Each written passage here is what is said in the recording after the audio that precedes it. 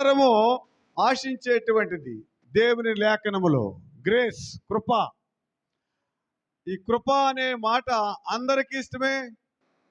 అందరము కూడా మరి ఇప్పుడు కృప కావాలని కోరుకుంటూ ఉంటాం. మన ప్రియ ప్రభువునకు ఇవ్వబడినటువంటి నామంలో ఒక నామము కృపామయుడు. చప్పట్లు కొడతారు అందరూని.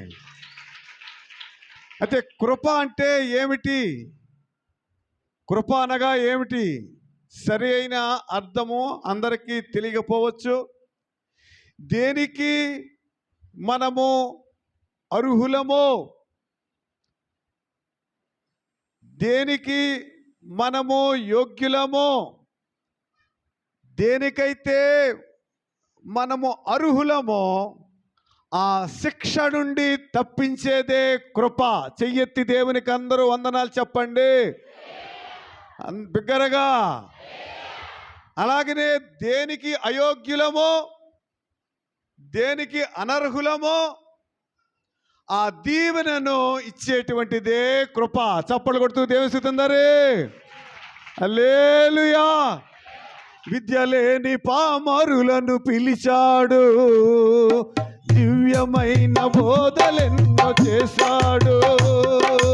విద్య లేని పామరులను పిలిచాడు, దివ్యమైన బోధలెన్నో చేశాడు. మానవులను పట్టే జాలరులుగా చేసి భూమికి మీరే నాకు సాక్షులన్నాడు.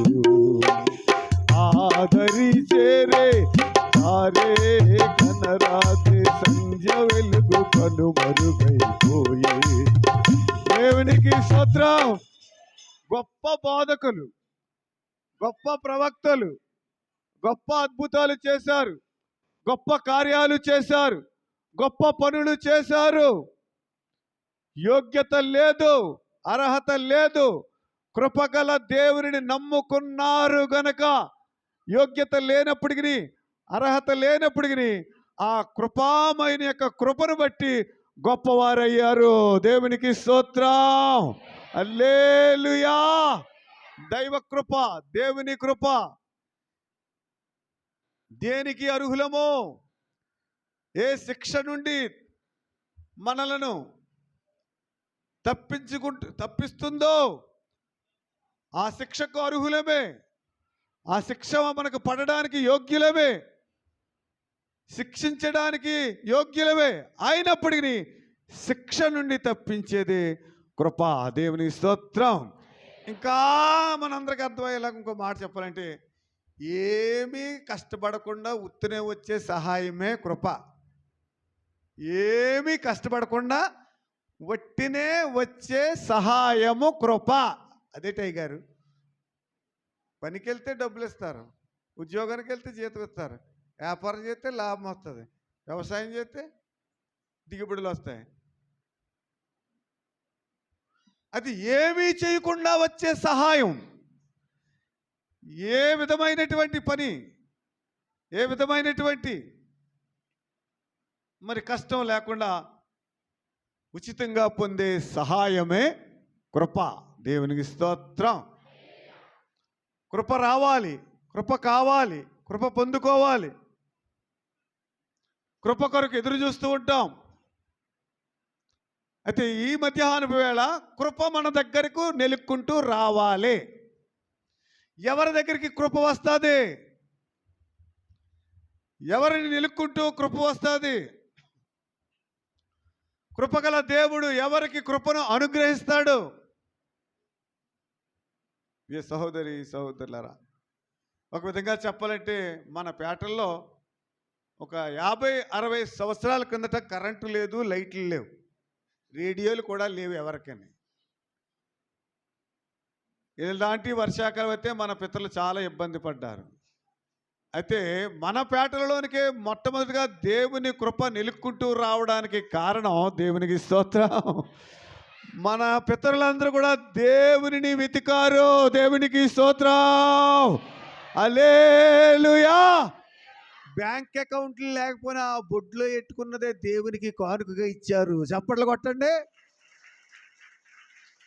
వారి యొక్క భక్తి జీవితమే నిన్ను నన్ను ఈ దినాన్న మనం అనుభవిస్తున్నటువంటి ఈ యొక్క జీవితము, ఈ శ్రేష్టమైనటువంటి వనరులు వసతులతో కూడినటువంటి ఈ జీవనము పితరులు ప్రభువు దగ్గర మొరపెట్టినటువంటి మొరలను బట్టి దేవుడిచ్చినటువంటి కృపే. దేవునికి స్తోత్రం. మన తండ్రులు మనలాగా ఏసీల్లో లేరు, మన తండ్రులు టైల్స్లో లేరు, మన తాతలు డాబాల్లో లేరు. అయితే వారిని బట్టి కృప మన దగ్గరకు వచ్చింది. దేవునికి స్తోత్రం. హల్లెలూయా. పితరులందరికీ ఒకసారి వందనాలు చెప్పండి అందరూనే. హల్లెలూయా. ఏమైనది? ఎవరికి కృప? కృప ఎవరికి వస్తుంది? కృప రావాలి. కృప రావాలి అంటే ఇదిగో, ఎవరైతే దీనులుగా బ్రతుకుతారో, ఎవరైతే దీన మనస్కులై జీవిస్తామో, ఎవరైతే దీనులు అయిపోతామో, దీనులకే కృప. దేవునికి స్తోత్రం. హల్లెలూయా. హల్లెలూయా. మత్తయి సువార్త మనం ముందుగా ప్రియమైన దేవుని బిడ్డలారా, దీనుల దగ్గరకు వెళదారి. ఎవరు దీనులు? ఎవరు దీనులు? మన ప్రభువు కృప ఇవ్వడానికి పరీక్ష చేస్తూ ఉంటాడటండి. ఎవరు దీనులు అవుతారో, ఎవరు దీనులై దీనత్వంగా జీవిస్తారో వారికే కృప. ఇద్దరు సహోదరులు వచ్చారు మందిరం దగ్గరికి. ఒకరు సమరయుడు, మరి ఒకరు పరిసయ్యుడు. పరిసయ్యుడు అని అనగా నిష్టగా భక్తిగా జీవించేవారు, 10 ఆజ్ఞల ప్రకారం జీవించేవారు, చీమకు కూడా హాని కలిగించని వారు. సమరయుడు వచ్చాడు, అక్రమంగా పుట్టినోడు, పాపములో పుట్టినవాడు. పాపులని వారి దేశంలో ఉన్న ప్రజలందరూ సమరయ రాష్ట్రమే ఇచ్చేశారు వాళ్ళకి. పాపి వచ్చాడు, పరిశుద్ధ జీవితం జీవిస్తున్నవాడు వచ్చాడు. ప్రార్థన చేస్తున్నారు. ముందుగా పరిశుద్ధుడైన వాడు ప్రార్థన చేస్తున్నాడు, దేవానికి వందనాలు. పరిసయ్యుడు ప్రార్థన చేస్తున్నాడు, భక్తిపరుడు. దేవానికి వందనాలు, ఇదిగో ప్రతి మంగళవారం మందిరానికి వెళ్తున్నాను, ప్రతి శుక్రవారం వెళ్తున్నాను, ఆరాధనకు వెళ్తున్నాను, బలులు అర్పిస్తున్నాను. ఇదిగో నా ప్రక్కనున్న ఈ పాపిలాగా నన్ను లేనివాడుగా నువ్వు చేయలేదు దేవా, నీకు వందనాలని అతను ప్రార్థన చేశాడు, నమ్ముకున్నవాడు.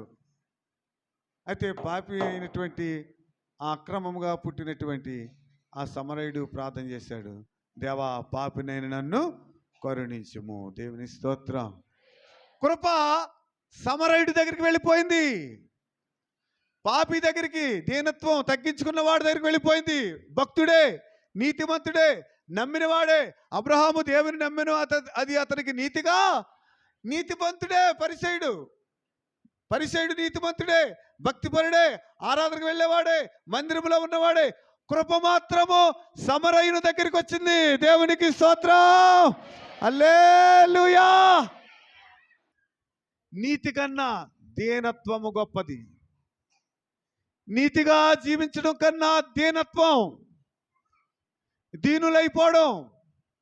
ప్రభు కూడా ఆత్మదేవుడు శరీరం దాల్చి మొట్టమొదటిగా ఆయన వాక్కు, ఆయన వర్తమానం ఇస్తూ సందేశం ఇస్తూ ఆత్మ విషయమై దీనులైన వారే, ఆత్మరక్షణ పొందిన వారే, రక్షింపబడిన వారే, మార్పు చెందిన వారే, మార్చుకున్న వారే ధన్యులు, ధన్యులు, ధన్యులు అని దేవుడే చెప్పాడు. దేవునికి స్తోత్రం.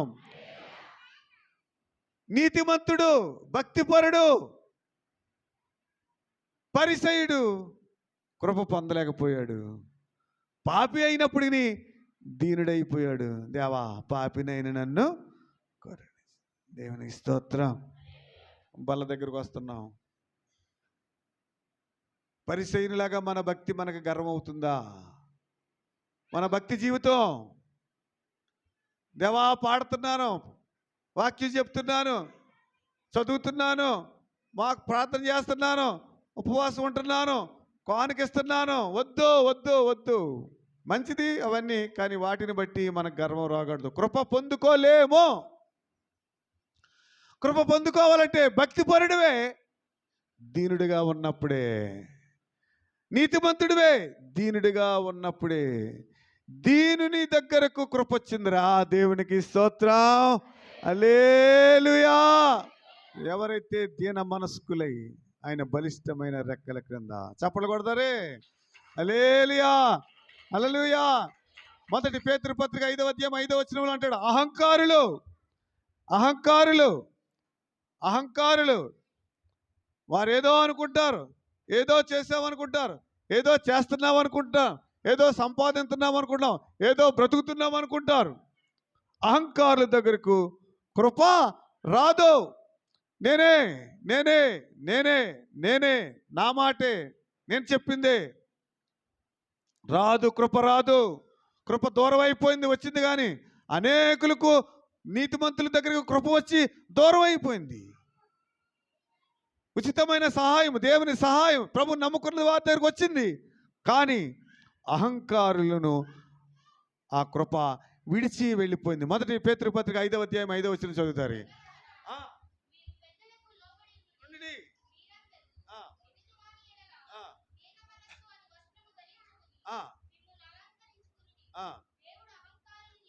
దేవుడు అహంకారులను ఎదురించును. దేవునికి స్తోత్రం. కూలిపోయినటువంటి కుటుంబం, కూలిపోయినటువంటి సంస్థ, కూలిపోయినటువంటి సంఘం, కూలిపోయిన సమాజం, కూలిపోయిన రాష్ట్రం, కూలిపోయిన దేశాలు అహంకారంతోనే. దేవుడు అహంకారులను ఎదురించును. దేవునికి స్తోత్రం. దీనులను హత్తుకొనును. చప్పట్లు కొట్టండి. ఎంత ప్రార్థన చేయి, ఎంత వాక్యం చెప్పు, ఎంత భక్తిగా ఉండు, ఎంత మోకాళ్ళు వేసి, ఎంత ఉపవాసం ఉండు, ఎంత కోనికి, నువ్వు దీనుడిగా ఉన్నప్పుడే, నీవు నేను దీనులుగా ఉన్నప్పుడే అహంకారులను దేవుడు ఎదురించును. వద్దురా అహంకారం, అసలు వద్దు. ఎంతటి వారు ఏంటి మనం, ఎంతటోళ్ళు తగ్గించుకుని ఉండాలి. తన్ను తాను తగ్గించుకుని వారు హెచ్చింపు. తగ్గింపు జీవితంతో దేవా పాపిని యేసు ప్రభు అని ప్రభు వాళ్ళ దగ్గర రాబోతున్నాం. కృప కావాలంటే ఇదిగో పరిసయ్యుని వలె తగ్గింపు జీవితం. దేవునికి స్తోత్రం. పరిసయ్యుని అందరూ కూడా వెలివేశారు, పరిసయ్యులకు దూరం చేశారు, పరిసయ్యుల దగ్గర నుండి వెళ్ళడమే మానేశారు. యోదయ వెళ్ళాలంటే సమరయ నుండి తిరిగి వెళ్ళారు, కానీ సమరయ మీదుగా వెళ్ళలేదు. గలిలయ వెళ్ళాలంటే సమరయను తిరిగి వెళ్ళారు, కానీ సమరయ మీద నుండి వెళ్ళలేదు. ఎందుకంటే వారు అంటరాని వాళ్ళు, వారు అక్రముగా పుట్టినవారు. పరిశుద్ధాత్ముడైతే ప్రభుకున్న మంచి నామంలో మరొక నామం, ఆయన మంచి సమరయుడు. చప్పట్లు కొడుతూ దేవుసుందారే. హల్లెలూయా.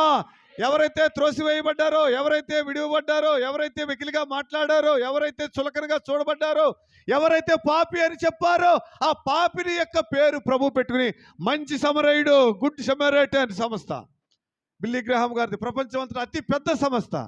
యేసుక్రీస్తు ప్రభు సమరయుల యొక్క పేరును చెప్పుకున్నాడు. దేవునికి స్తోత్రం. ఈ సహోదరులారా, ఉచితముగా పొందే సహాయమే కృప. కృప రావాలంటే దీనులు, ఇదిగో నీతిమంతుడు వచ్చాడు, దీనుడు వచ్చాడు. దీనుడి దగ్గరికి కృప వచ్చింది. నీతిమంతుడు నమ్ముకున్నవాడే కావచ్చు, కానీ ఈయనలో అన్నీ ఉన్నాయి, కానీ ఈయనలో దీనత్వం లేదు. ఈయన భక్తి, ఈయన యొక్క ఆత్మీయ స్థితి, ఈయన యొక్క జీవన విధానము ఆయనకు కొంచెం ఎక్కువగా అనిపించింది. ఎవరు గొప్ప, ఎవరు గొప్ప, ఎవరు గొప్ప కాదు.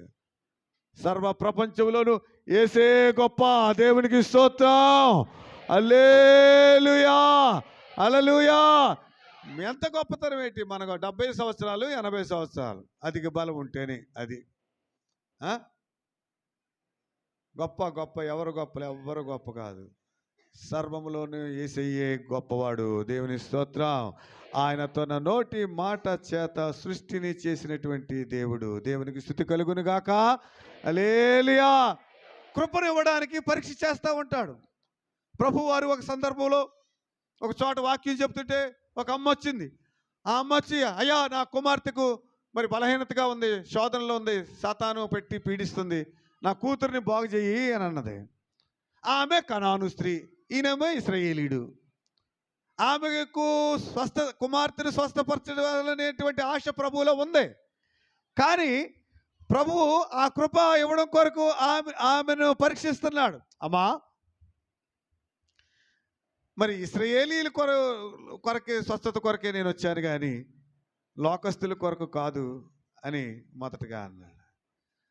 అయినప్పటికీ మరలా మరలా మరలా ఆమె వెనకే ఆయన వెనకే, అయ్యా అయ్యా నా కూతురు దేవా, నా కూతురు దేవా, ఒక్కగానొక్క కూతురు, నా కూతురుని స్వస్థపరచాలి అని ప్రభు వైపు తిరుగుతున్నాడు. ప్రభు మరలా అన్నాడు, ప్రియమైన దేవుని బిడ్డలారా, అమ్మా పిల్లల రొట్టెలు తీసి కుక్క పిల్లలకు పరీక్ష. కృప రావాలంటే దేవుడు పెట్టేటువంటి ఆ పరిశోధనలో, ఆ పరీక్షలో మనం గెలవాలి. మొదటగా నీవు కనానీయురాలు, మేము ఇశ్రాయేలీలు, నీకు చేయండి నేను అన్నాడు. రెండవది పిల్లలకు పెట్టేది కుక్క పిల్ల. అంటే ఇప్పుడు ఎవరు కుక్క అయ్యారు, కుక్క పిల్లలు ఎవరయ్యారు? అడిగిన ఆ కనానీయురాలు కుక్క అయింది, ఆమెకు పిల్లలేమో కుక్క పిల్లలు అయ్యారు. ఇంత నీచంగా మాట్లాడతావా? స్వస్థపరిస్తే స్వస్థపరచు, లేకపోతే లేదు, కుక్క అంటావా అని వెళ్ళిపోలేదురా. అయ్యా, యజమానుని బల్ల మీద నుండి పడేటువంటి రొట్టె ముక్కలో కుక్క పిల్లలు కూడా ఆశపడతాయి కదా. దేవునికి స్తోత్రం. చేతుల పైకెత్తి వందనాలు చెప్పండి. హల్లెలూయా, హల్లెలూయా. వెంటనే నీ కుమార్తె స్వస్థత నొందేను. చప్పట్లు కొట్టండి. ఉమ్మూసి బురద చేసి కళ్ళుకు రాసి అక్కడికి వెళ్ళి కొడుక్కొని కానీ ఆ నదిలో 3 సార్లు మొలగమని కానీ ఇలాంటివి ఏం చెప్పలేదు. నీ కుమార్తె స్వస్థత పొందింది, ఎందుకంటే నీవు దీనురాలు కనుక కృప నీ దగ్గరకు వచ్చింది. దేవుని స్తోత్రం. నీ మనసు కష్టపెట్టిన దీనత్వంతో నీవు నన్ను గెలిచావు కనుక, అమ్మా ఇశ్రాయేలీలో కూడా నీ అంత విశ్వాసము నేను చూడలేదు. 6వ రోజులకు జ్వరం తగ్గకపోతే ఎన్ని మాటలు అనేస్తావా? ముందు ఇంట్లో వాళ్ళని అనేస్తావా, తర్వాత డాక్టర్ గారిని అంటావు, ఆ తర్వాత నేను మొత్తాను చేస్తాడు కానీ ప్రార్థన చేసినట్టు చేస్తాడు, అందుకే నన్ను అంటావు. నేను అయిపోయాక అమ్మగారికి వస్తుంది. ఒకళ్ళ తర్వాత ఒకళ్ళు అందరినీ తిట్టేసుకుంటాం. దేవుని వెళ్ళరా, కనాను స్త్రీ అయితే తన కుమార్తె కొరకు భారము కలిగిన తల్లి. దేవుని స్తోత్రం. ఓ తల్లిలారా, తండ్రులారా, బిడ్డల కొరకు ఏ భారం కలిగి ఉన్నారు? బిడ్డలకు కృప రావాలా? బిడ్డలను కృప ఆవరించాలా? కృపతో బిడ్డలు, కుమార్తెలు మనకిచ్చిన గర్భఫలాలు ఆశీర్వదింపబడాలా? నీ బాధ్యత ఏంటి? నా బాధ్యత ఏంటి? మన బాధ్యతలేంటి? ప్రభు పాదాల దగ్గరికి వెళ్ళి పెట్టింది బలహీనురాలైన కుమార్తె స్వస్థత పొందడమే కాదు, గొప్ప సాక్ష్యం. అమ్మా ఇశ్రాయేలీల్లో కూడా నీ అంత విశ్వాసం నేను. ఎంత గొప్ప మాట అండి. క్రైస్తవుల్లో కూడా నీ ఇలాంటి విశ్వాసం చూడలేదు. గుడికెళ్ళే వాళ్ళలో కూడా నీ, పాస్టర్లో కూడా నీ అంత విశ్వాసం చూడలేదు. ప్రవచనాలు చెప్పేవారిలో కూడా నీ అంత విశ్వాసం చూడలేదు. ఎంత గొప్ప సాక్ష్యం అండి. దేవునికి స్తోత్రం. ఉచితమైన సహాయం అనబడేటువంటి కృప రావాలి అంటే దీనుల దగ్గరకే. దేవునికి స్తోత్రం. భక్తుల దగ్గరకు కాదు, భక్తి పరుల దగ్గరకు కాదు. భక్తి జీవితం మన ఆత్మీయ ఎదుగుదల కొరకు. అందుకే మన భక్తి జీవితాన్ని బట్టి మనం గర్వపడకూడదని ప్రభు అంటాడు, మీ భక్తి నా ఎదుట మురికి. 9 గంటలకు వచ్చేస్తాం, 8 గంటలకు వచ్చేస్తాం, ఏదో పెద్ద భక్తి పరులుగా మనం ఏమో ఎప్పుడు అనుకోవద్దు. 9 గంటలకు కాదు, 6:30 నుండే మందిరంలో ఉన్న కూడా దీనుడిగా ఉండు, కృప నిలుక్కుంటూ వస్తుంది. దేవునికి స్తోత్రం. హల్లెలూయా. ఎక్కలేనంత ఎత్తైన కొండపైకి తీసుకువెళ్తుంది. అడిగిన వాటికంటే, ఊహించిన వాటికంటే అధిక దీవెనిస్తుంది. మొట్టమొదటిగా దీనులు అయిపోవాలి. అందులో ప్రభు పళ్ళ దగ్గరికి వచ్చాము. దేవా, 8 నెలల్లో ఏమేం పాపాలు చేసాము, తెలిసి చేసామో తెలియకుండా చేసాము, కంటి ద్వారా, పంటి ద్వారా, వినికిడి ద్వారా, తలంపుల ద్వారా, నడవడిక ద్వారా, మా జీవన విధానం ద్వారా, మా బ్రతుకు ద్వారా ఎందరిని కష్టపెట్టాము, ఎందరిని అనరాని మాట్లాడినాము, మమ్మల్ని బట్టి ఎందరు కష్టపెట్టారు, నాయన మమ్మల్ని క్షమించి దేవాని దీనత్వముతో దైవ సన్నిధి. దేవునికి స్తోత్రం. హల్లెలూయా. 2 చేతులు పైకెత్తి చప్పట్లు కొడుతూ దేవునికి వందనాలు చెప్పండి. హల్లెలూయా. ఇదేదో ఇచ్చేస్తున్నాడు తాగేస్తున్నాం అంటే కాదురా అమ్మ, దానివల్ల ఏమీ జరగదు. ఇదిగో నీవు నేను దీనులుగా ప్రతి దినము, ప్రతి ఆరాధనలో, ప్రతి నెలలోనూ కూడా ప్రభు దగ్గర నేర్చుకునేవలసినటువంటి వారమే, బల్ల దగ్గర నేర్చుకోవలసినటువంటి వారమే. ఎంత దీనత్వం నీలో ఉంది, ఎంత దీనత్వం నాలో ఉంది. ప్రియ సహోదరి, ఎప్పుడు కూడా హెచ్చింపబడొద్దు. హెచ్చింపబడ్డామా తగ్గించేసుకుంటాం, దేవుడు తగ్గించేస్తాడు. తగ్గించుకోండి, దేవుడు ఉన్నత శిఖరాలకు ఉన్నత శిఖరాల వరకు దేవుడు మనల్ని వెళ్ళేంత వరకు ఆశీర్వదిస్తాడు. దేవుని స్తోత్రం. హల్లెలూయా, హల్లెలూయా. ప్రియ సహోదరి, అమ్మా నీ విశ్వాసము గొప్పది. ఇశ్రాయేలీయులలోనూ నీవు అంత విశ్వాసము నేను చూడలేదు. ఆ గడియలోనే ఆమె కుమార్తె స్వస్థత పొందెను. మొదటిగా కృప రావాలంటే దీనులను కృపతో దేవుడు ఆవరిస్తాడు. రెండవదిగా సత్యం. కృప ఎవరి దగ్గరికి వస్తుంది? సత్యం మాట్లాడాలంటే కష్టమే. రోజు నిజం మాట్లాడాలంటే కష్టమే. ఏదో ఒక అబద్ధం ఆడకపోతే బతకలేం, తప్పదో జీవన విధానంలో. అయినప్పటికీ సత్యము నీ వాక్యమే సత్యము. ఎవరైతే వాక్యాన్ని వెతుక్కుంటూ సత్యమును అనుసరిస్తూ నడుచుకుంటారో వారి దగ్గరికి కృప నడుచుకుంటూ వెళతాదటండి. ఒక సందర్భంలో యేసుక్రీస్తు ప్రభు అనే మాట మన ఊరిలో వినపడకూడదు. ఎవరైనా సరే ఆ మాటను హెచ్చించినా, ఆ మాటను ఉచ్చరించినా, ఆయనను మీ గృహాలకు కాకి పిలిచినా మీరందరూ కూడా వెలివేయబడతారు అనే ఊరంతా ప్రకటన చేసినప్పుడు ఆ ఊరిలోనే పుట్టుకతోనే గుడ్డోడు, అంధుడు, పుట్టుకతోనే చూపులేని ఒక సహోదరుడు పుట్టాడటండి. ఆ సహోదరుని ప్రభువారు స్వస్థపరిచారు. స్వస్థపరిచిన తర్వాత శాస్త్రులు, పరిసయ్యులు, సద్దూకయ్యులు, పెద్దలు వీరందరూ వచ్చి, అరే ఎవర్రా నిన్ను స్వస్థపరిచారు అని చెప్పినప్పుడు, ఎవరో ఇదిగో నేను పుట్టుకతో గుడ్డివాడును, ఇప్పుడు చూస్తున్నాను, నజరేయుడైన యేసు నన్ను స్వస్థపరిచాడు. దేవునికి స్తోత్రం. చూడు, సత్యమును చెప్తున్నాడు. అరే నజరేయుడైన యేసు అనే మాట నువ్వు మాట్లాడుకో, నువ్వు అసలు యేసుక్రీస్తు మాట ఎత్తకూడదు. మాట నువ్వు కానీ మాట ఎత్తితే నిన్ను వెలివేస్తామన్నా సరే, లేదు నాకేమీ తెలీదు, నేను పుట్టుకతో గుడ్డివాడును, ఇప్పుడు చూస్తున్నాను, నజరేయుడైన యేసు నన్ను స్వస్థపరిచారు. దేవునికి స్తోత్రం. ఒరే అలా చెప్పకరా బాబు, ఊళ్ళోకి వెళ్ళి అసలు చెప్పుకో, ఇప్పుడు చెప్తే చెప్పావు, ఇంకెప్పుడు కూడా అలా చెప్పకు, యేసు అనే మాట వద్దు అని అంటాడు. ఆ శాస్త్రులు, పరిచయులు అంటారు. ఆవిడ మరలా అంటాడు, నాకు తెలియదు, నాకు ఒకటే తెలుసు, నేను పుట్టుకతో గుడ్డివాడును, ఇప్పుడు చూస్తున్నాను, నజరేయుడైన యేసు నన్ను స్వస్థపరిచాడు. దేవునికి స్తోత్రం. వీడు ఇలాగే చెప్తాడని వాళ్ళ అమ్మ దగ్గరికి, వాళ్ళ నాన్న దగ్గరికి వెళ్ళారు. స్వస్థత పొందిన సహోదరుని తల్లిదండ్రులను అడిగారు, మీ అబ్బాయిని ఎవరు బాగు చేశారు? వాళ్ళ తెలివిగా యేసుక్రీస్తు అంటే వాళ్ళని వెలివేస్తారు కనుక వాళ్ళు ఏమన్నారంటే, ఎవరు స్వస్థపరిచారో మాకు తెలీదు, ఎవరి ద్వారా చూపు వచ్చిందో మాకు తెలీదు, ఆడు వయసు వచ్చినాడు కాదా, ఆడినే అడగండి అన్నారు. బాబా మళ్ళీ తప్పించుకుంటున్నారు. ఎందుకంటే యేసుప్రభు స్వస్థపరిచాడు అని అన్నారనుకో, వాళ్ళని వెలివేస్తారు. స్వస్థత పొందిన నా కొడుకు వయసు వచ్చిన వాడు, వాడినే అడగండి అంటున్నారు. తప్పించుకున్నారు. అయితే మరలా వచ్చారు.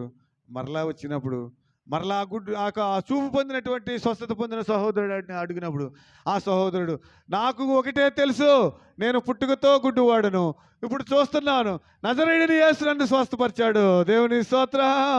హల్లెలూయా. ఈ వార్త ప్రభువారికి తెలిసి ప్రభువారు గుడ్డివానిని నిలుక్కుంటూ వెళ్ళారు. చప్పట్లు కొడతారు అందరూనే. ఎంత గొప్ప విషయం అండి. యోహాను సువార్త 9వ అధ్యాయములో 35వ వచనంలో ఉంటుంది, ప్రభు యేసయ్య ఆ స్వస్థత పొందిన సహోదరుని నెలుక్కుంటూ వెళ్ళాడు. సత్యము మాట్లాడినప్పుడు కృప నెలుక్కుంటూ వస్తాది. దేవునికి స్తోత్రం. దీనులుగా ఉన్నప్పుడు కృప నెలుక్కుంటూ వస్తుంది. దేవునికి స్తోత్రం. మీ ముందు నిలబడి మాట్లాడుతున్నటువంటి ఈ దాసుడు ఒకప్పుడు దీనత్వం, బహుదీనత్వం, స్థితిని మించిన దీనత్వంలో, చదువుని మించిన దీనత్వం, కుటుంబ గౌరవానికి మించిన దీనత్వంలోనికి వెళ్ళిపోయినప్పుడే కృప నిలుక్కుంటూ వచ్చి ఈనాడు మీ ముందు నిలవబెట్టింది. దేవుని స్తోత్రం. యేసును గూర్చి సత్యం చెప్పడానికి అనేక సార్లు ఒక ధైర్యంగా లేకపోయినప్పటికీ చెప్పవలసిన సమయంలో ధైర్యంగానే చెప్తాం కనుక కృప నిలుక్కుంటూ వచ్చింది. దేవునికి స్తోత్రం. హల్లెలూయా, హల్లెలూయా. దీనులుగా ఎవరుంటామో వారి దగ్గరికి కృప వస్తుంది. ఇప్పుడు కృపలో ఉన్నామండి. కృప వెంబడి కృప శాశ్వతమైన రావాలి. ఇంకా